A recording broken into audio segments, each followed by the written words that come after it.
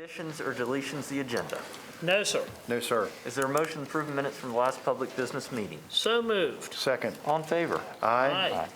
All right, moving into our presentations this evening. Item 1 is a Veterans Day observation. We have our Supervisor of Human Resources, Ms. Christy Liller. Welcome.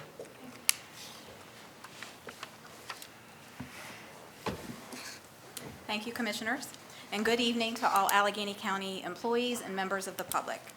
Tonight, Allegheny County government is holding our Veterans Day observance. We wish to publicly recognize all current employees of Allegheny County, as well as members of the general public who proudly serve the United States of America. It is my distinct privilege to recognize those Allegheny County employees who identified themselves as veterans who served in the United States Armed Forces. A total of 11 Allegheny employees are veterans of the Armed Forces with a combined total of 100 years of service, representing multiple branches. Allegheny County government is very proud to employ veterans and provides up to 15 calendar days of paid military leave to eligible employees per calendar year for training purposes. Allegheny County government would also like to honor all members of the general public who have served our great nation. These individuals served the nation with honor and at a great personal sacrifice. At this time, we ask that all veterans in the audience stand to be recognized for their courage and honor through a round of applause.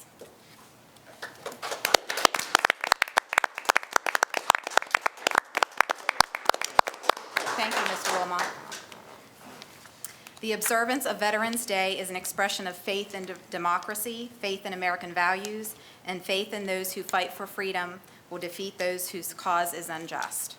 Allegheny County government would like to publicly express sincere gratitude to all veterans for their unwavering commitment to country, justice, and democracy. Thank you and good evening. Thank you, Christy. Thanks, Christy. Thank you. Gentlemen, before we go into our action agenda tonight, some of you may know our COVID cases have risen to a level that are far above the state. We've been working with state government behind the scenes for a few weeks now. We're working to get a testing location that will be free to the public. That'll be located at the Allegheny County Fairgrounds. So we're in the early stages of that. Ideally, it'll be outside, drive up, and that'll be administered by the state of Maryland as long as our health department in conjunction with them. So that's our update for now, and we just urge everyone to please wear a mask and please continue your vigilance and everything you need to keep doing with COVID. The state is not planning to make any restrictions, but we certainly don't want them to push us back to phase 2. We want to stay right where we are in phase 3. So please, please, please keep doing your part and stay safe. Okay. Moving to our action agenda, item 2 is a payment in lieu of taxes agreement between Allegheny Junction, which is WODA, and Allegheny County. Attorney Beeman. Good evening, Commissioners. Item number 2 on your action agenda this evening is a payment in lieu of taxes agreement between the WODA Cooper companies and the commissioners for the Allegheny Junction project in Cumberland. Commissioners, as you know, a pilot or payment in lieu of taxes is an agreement where the county commissioners are agreeing to accept negotiated payments in lieu of taxes as a way of inducing companies to build, in this instance, a low-income housing project in Cumberland. So we have before you a motion to authorize Commission President Shade to enter into a pilot agreement with WODA Cooper companies with relation to Allegheny Junction. Commissioners, any questions? No, gentlemen, this project be located at the former East Side School site. It'll go back on the tax rolls, and the company actually, they charge a flat amount of rent, so there are income requirements, but it's not exactly fully subsidized. Sir, I think that's fantastic. At least we'll get something back up there that's been well needed. So with that being said, I'll make a motion. Second. All in favor? Aye. Aye. Thank you. Okay. Item number 3, this is a grant agreement with Maryland Department of Commerce, Economic Development Assistance Fund. Gentlemen, we were allocated $649,548 for us to assist restaurants and bars with reopening and COVID-related costs. This is separate from the CARES money, so there will be a separate application. We hope to have that up in about a week. If you already applied, you'll have to apply again. There's different questions on here, but ideally it'll be a quick and easy application, and the county will once again try to get the money out the door as fast as possible. So we'll approve this tonight, and we'll be promoting it hopefully next week, and then we'll make sure all the restaurants and those eligible can apply for it. Is there a motion? So moved. Second. All in favor? Aye. Great. Okay. Item number 4 is Laval Library renovations. Mr. Dan DeWitt.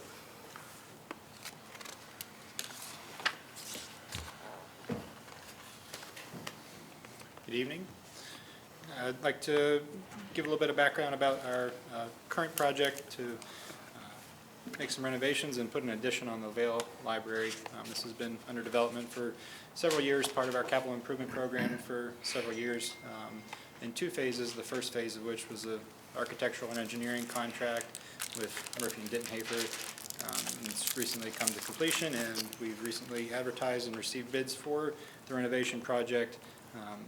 John Tobe and Laval Library and county staff have worked together to put the project out on the street. We received several competitive bids, and the low bidder was Daystar Builders in the amount of $3.9 million. And at this point, we're looking for approval to award the contract to them and begin the construction process, which is slated to take about 18 months.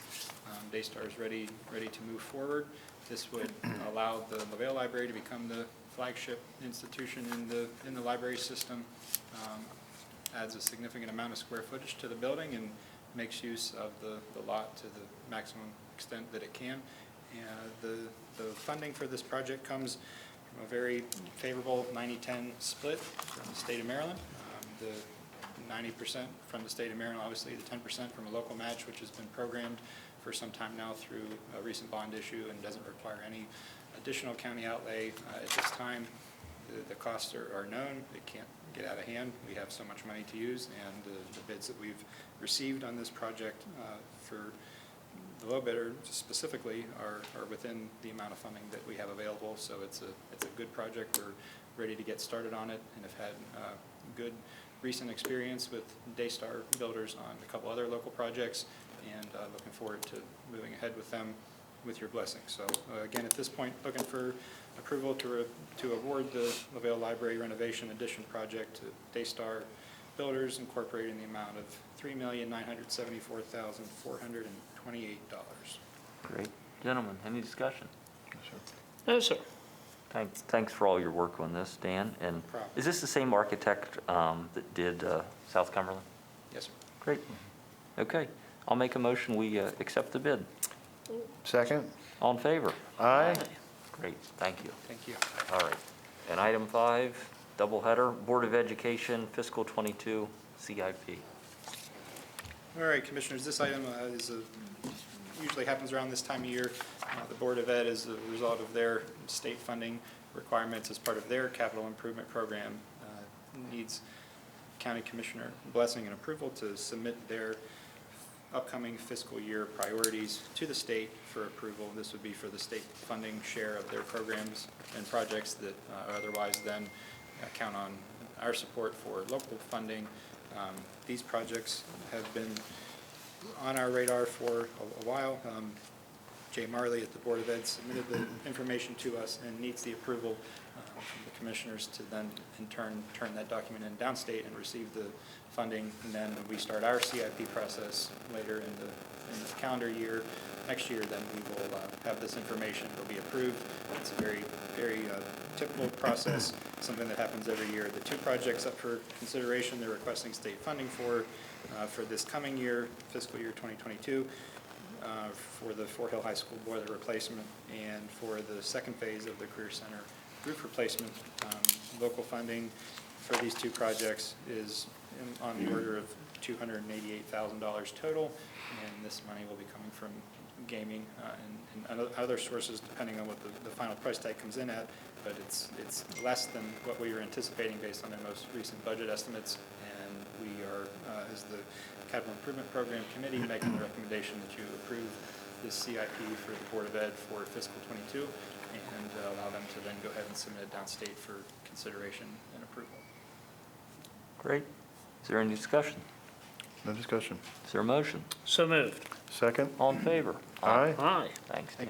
Thanks, Dan. Okay, moving to our consent agenda, Administrator Bennett. Good evening.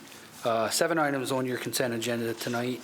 Item 6 is Brent Road Waterline Replacement Contract, bid award in the amount of $770,000 to Excavating Associates.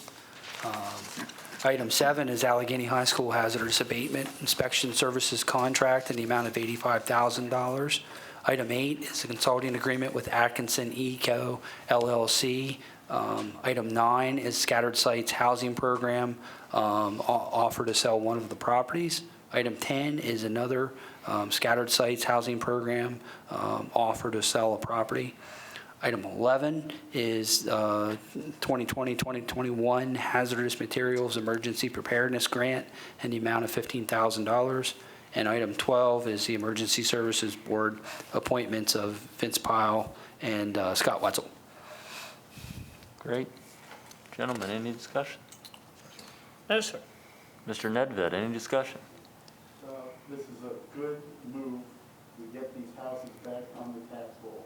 Great. Get them out of a bad program. And Commissioners, just as a little background, this is a program that started, correct me if I'm wrong, David, early 90s.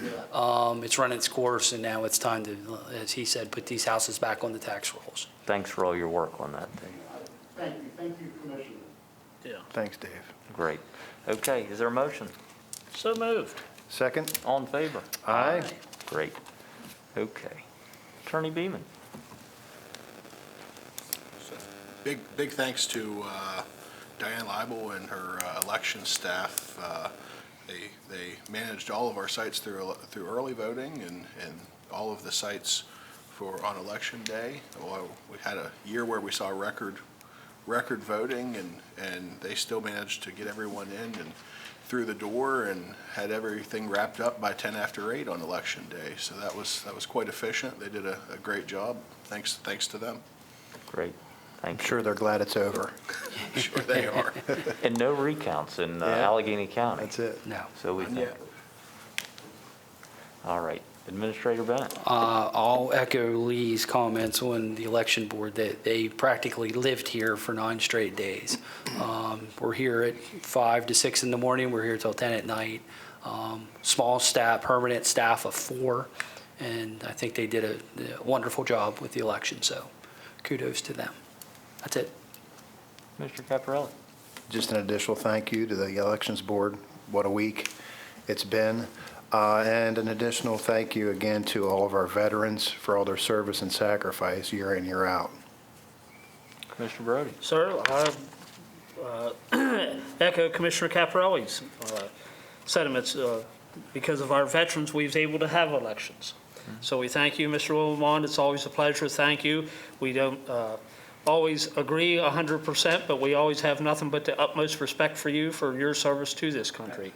So, yep, well, you know, my dad was in the Army. My brother's retired Sergeant Major out of the Marine Corps. My son is a Marine veteran of Afghanistan, a combat veteran. So they all sacrifice, and we appreciate everything they've done. Great. Thank you, Commissioner. All right. Well, with that, our next public business meeting will be Thursday, November 19th at 5 p.m. here in this room. Thank you. Be safe.